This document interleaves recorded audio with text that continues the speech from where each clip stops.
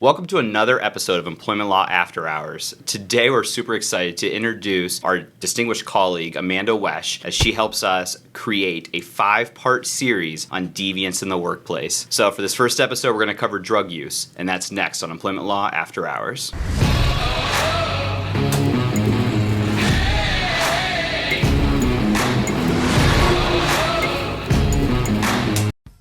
As I said in the intro, we have our distinguished colleague, Amanda Waesch, here today. Amanda, welcome. Thank you. Thank you, Brian and Monica. Yeah. It's so great to be on the show. Great. I am a corporate healthcare attorney. I'm licensed in Ohio and Florida, and I practice corporate healthcare. But every once in a while, I encounter some of these crazy situations that we're going to talk about in our 5-part series. While Brian and Monica would deal with them from an employment law perspective, there are some health law considerations that we need to think about. And so we'll go through some of these fun examples and talk about some of the healthcare nuances. Definitely stay tuned towards the end of our episode as we're going to cover, how employers address drug use and alcohol use in the workplace and how to establish a proper policy for addressing those situations. So before we get started, we do have to say, although we're attorneys, we're not yet your attorneys. Please see the full disclaimer below in the description. All right, Amanda, so you said that you had some pretty interesting situations that you've seen in the workplace. You want to tell us about them? One of the more interesting scenarios that I've seen is drug use in the workplace or impairment in the workplace.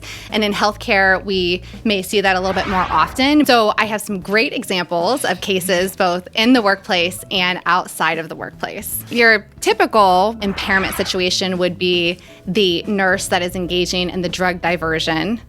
So the nurse that is supposed to be giving the patient pain medication is giving herself or himself the pain medication instead. Skimming a little off the top. That's right. Well, speaking of skimming off the top, I did have an anesthesiologist that would go around and he would give his patients a little bit of the injection and then he'd inject himself with the rest. So he literally was skimming off the top. And then I also had an anesthesiologist that fell asleep during surgery, and the surgeon, that's not supposed to happen. When the surgeon looked into it, the anesthesiologist was unfortunately impaired, and so we sent her straight away for a drug test. Absolutely. Is that kind of the main protocol then when these situations arise, is to start that investigation? Definitely. The recommendation would be, one, to have a policy in place. And so we would obviously call upon people like yourselves to come in and say, okay, what can we do as an employer in terms of drug testing? What kind of policy should we have? But then we would also want to immediately drug test because we would want to see, is this person actually impaired? In the healthcare world, a lot of these individuals are licensed. And so we need to deal with impairment a little bit differently because we may have a duty to report to their licensure board. They may have an opportunity to rehabilitate themselves through a program. And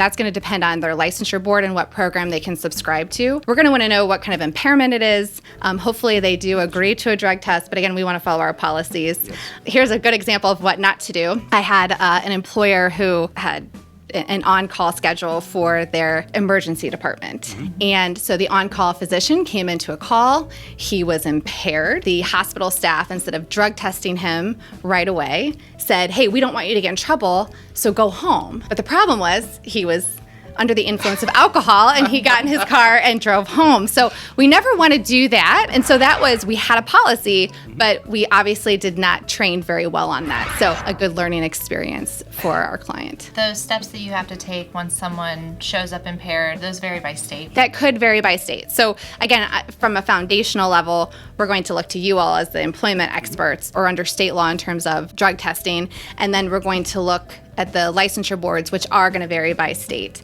and they're going to be very state-specific based on licensure. And speaking of the boards, a lot of states, such as I know Florida's one of them, they actually have a law in place where if an employer establishes a mandatory drug testing policy, such as healthcare employers, they actually can receive a reduction in their workers' compensation rates. Definitely something for both healthcare employers and all employers out there to look into. You mentioned earlier that you had a couple of situations about drug use or impairment outside of the workplace. What are those? Well, so drug use outside of the workplace can pose some problems for employers.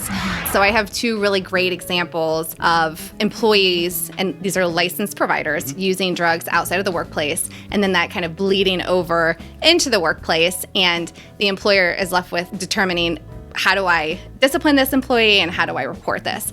So the first situation is a physician who was on vacation, but he was really on, a few-day bender with his girlfriend.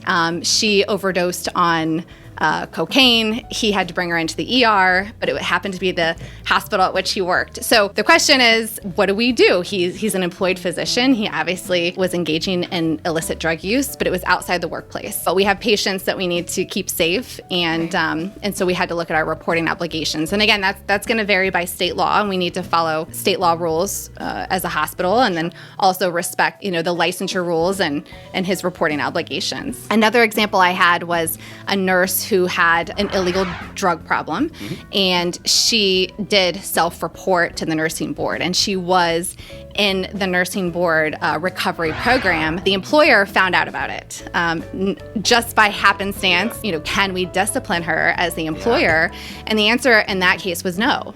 She's in the recovery program through the licensure board is there for a reason. As the employer, we just had to make sure that we watch this employee no differently than we would any other employee and follow our policies. And that's actually a really important point, because a lot of employers may not know a drug or alcohol addiction that has rise to the level of treatment then becomes protected under the Americans with Disabilities Act. So you then would have to go through a reasonable accommodation process to determine if allowing them to go to rehab is leave, is an accommodation. I would like to think too that someone taking proactive steps to address these issues would be, more favorable than finding out somewhere down the line when they show up to work and we've got issues then. Contrast that scenario with the nurse that shows up to the ER because of a drug overdose, which I've had happen as well. Different facts, but the same scenario. In that case, based on that state, we could not discipline her. She was a patient. That information is protected by HIPAA, even though she was also an employee. Amanda, you mentioned a couple times that it's important that employers have an established policy in place to address these,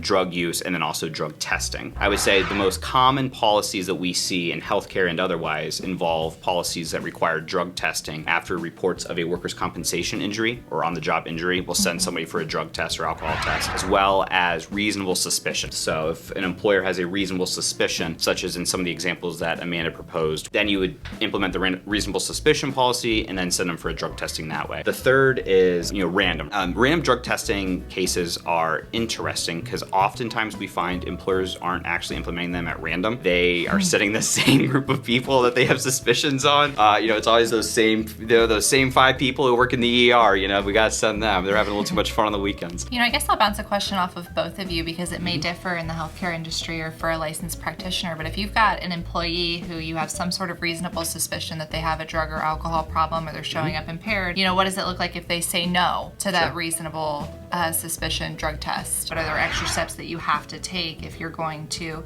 require them to take a drug test and they say no? Well, from a healthcare perspective, typically a licensed provider will have an obligation to report any known or a verified suspicion that another licensed individual is impaired. Now, again, it's going to vary by state law and who the licensed individual or licensed entity is. If there is verified knowledge or good faith, reasonable basis, then there typically is an obligation to report. Absolutely. I'll defer to you on the employment side. Yeah, so then on the employment side, if you have an employee who's refusing to take the drug test, you would then move forward with discipline, either how you have handled discipline in the past, or if this is your first time, you could have discipline up to and including termination. So you would just handle it from a normal insubordination standpoint under your discipline policy. From a healthcare versus your traditional outside of healthcare employment, what's it look like for training and policy purposes? How do we put something like this into motion? One of the more important aspects is training. You definitely want to train your workforce. You don't want to have a situation